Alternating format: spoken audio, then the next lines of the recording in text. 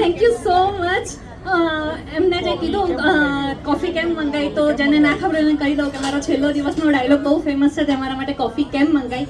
અને કદાચ તમને ડાયલોગ યાદ હોય કે હું જે ઇન્ટેન્સિટીથી બોલું છું ને, કેમ મંગાવી, તો આ જે સ્ત્રીઓનો ટોપિક છે ને, મારા દિલમાં એટલી બધી ઇન્ટેન્સિટી છે ને કે તમે મને કોઈ જોડે ડિબેટ કરવા બેસાડી દો ને એ બાબતે, તો એકચ્યુઅલી હું એ ઇન્ટેન્સિટી ઉપર પહોંચી જાઉં.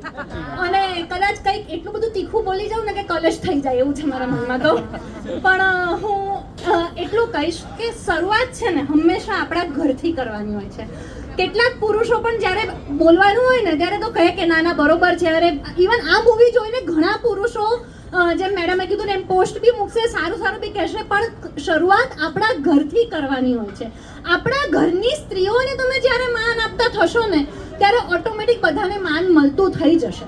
અને બીજો એક પોઈન્ટ એ પણ છે કે આપણે આપણા છોકરાઓને એવા બનાવવાના કે તું સ્ત્રીને માન આપ, આ કર તે કર. એની સાથે સાથે છોકરીઓને પણ એવી બનાવવાની કે એ લોકો પોતાની ઇન્ડિપેન્ડન્ટ લાઈફ જીવી શકે, એમને પોતાના પગ પર ઊભા રાખવાના. નહીતર કેવું થાય ખબર છે, ઘરમાં એક કોઈની માં હોય ને એક દીકરો હોય ને એક દીકરી હોય, તો જમી લેશે ને એટલે પેલી દીકરીને કહેશે જા બેટા બધા વાસણ અંદર મૂકી. અરે ભાઈ છોકરાને કોને? અને ક્યારેક છોકરીને એવું કહી દે તું તો છોકરી છે ને, તું તો સમજને બેટા. અરે શું કામ સમજે? જેટલો છોકરો સમજશે એટલું જ છોકરી સમજશે. અને મારા આ વિચારો માટે જવાબદાર મારા મમ્મી પપ્પા છે. એમને મને એકદમ ઇન્ડિપેન્ડન્ટ બનાવી છે.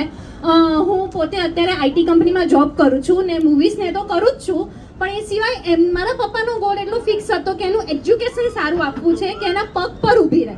એટલે ક્યારેય કોઈ એવું ના કહી જાય કે આ તો મારા પૈસા છે કે આ તો તારા પૈસા છે. તો ડેફિનેટલી તમારી ઘરની છોકરીઓને ભણાવવાનું શરૂઆત કરો. ડેફિનેટલી બધી ભણતી જ હોય, પણ જ્યારે કમ્પેરિઝન, અરે તું તો છોકરી છે ને તો આટલું ભણી લે ચાલશે, પણ તું આટલું ભણ. અરે ભાઈ શું કામ ભાઈ? બંનેને તમે લોકો સરખા રીતે જુઓ.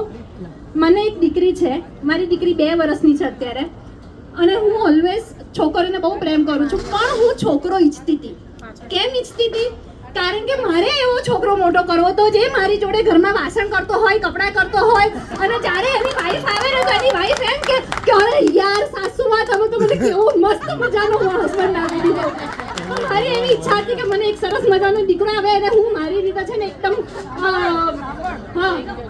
અરે ના હવે એકમાં થાકી ગઈ. આજે જોબની એની વાત આવે છે ને, સૌથી અઘરું કામ છે બાળક સાચવવા. એમાં મારું ટાર્ઝન તો બાબા બહુ અઘરું. એમાં જોડે જોબ કરવાની, જોડે આવા બધા થોડા ફંક્શન્સ અટેન્ડ કરવાના, પિક્ચર કરવાના કે આપણને મજા આવે. બાકી અહીંયા ફર્સ્ટ રોમાં જેટલા બી બેઠેલા છે ને બધાની જોડે ક્યારેક ને ક્યારેક કામ કરેલું છે. ક્યારેક ટોક શોમાં મળી ગયા હોઈએ કે ક્યારેક આમના ઘરે શૂટિંગ કરેલું છે. અને માનવ સર મારે બધાએ કીધું એમ હું તમારી ફેન છું સર. અને જે સિરિયલ ને બધું તો બધાએ કીધું એ તો બરાબર છે, પણ હું તમારી શોર્ટ ફિલ્મ્સની ફેન છું. મેં તમારી ઘણી બધી શોર્ટ ફિલ્મ જોયેલી છે.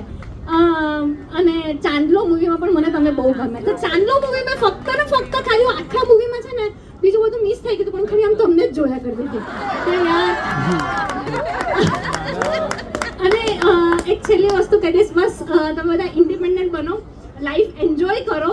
અને સમર પણ ડેફિનેટલી સ્ત્રીઓના હૃદયમાં રહેલું છે, પણ જો પુરુષોનો સાથ મળશે, આઈ મીન સાથ ઇન ધ સેન્સ કેવું છે, હવે હું અત્યારે મેરિડ છું, મારી 2 વર્ષની દીકરી છે, ઘરે મારા હસબન્ડ મારા જમવાની રાહ જોવે એવું હોય, પણ આવો કોઈ ફંક્શન અંતે કે હું મારું જમવાનું કરી લઈશ તું જા એમ.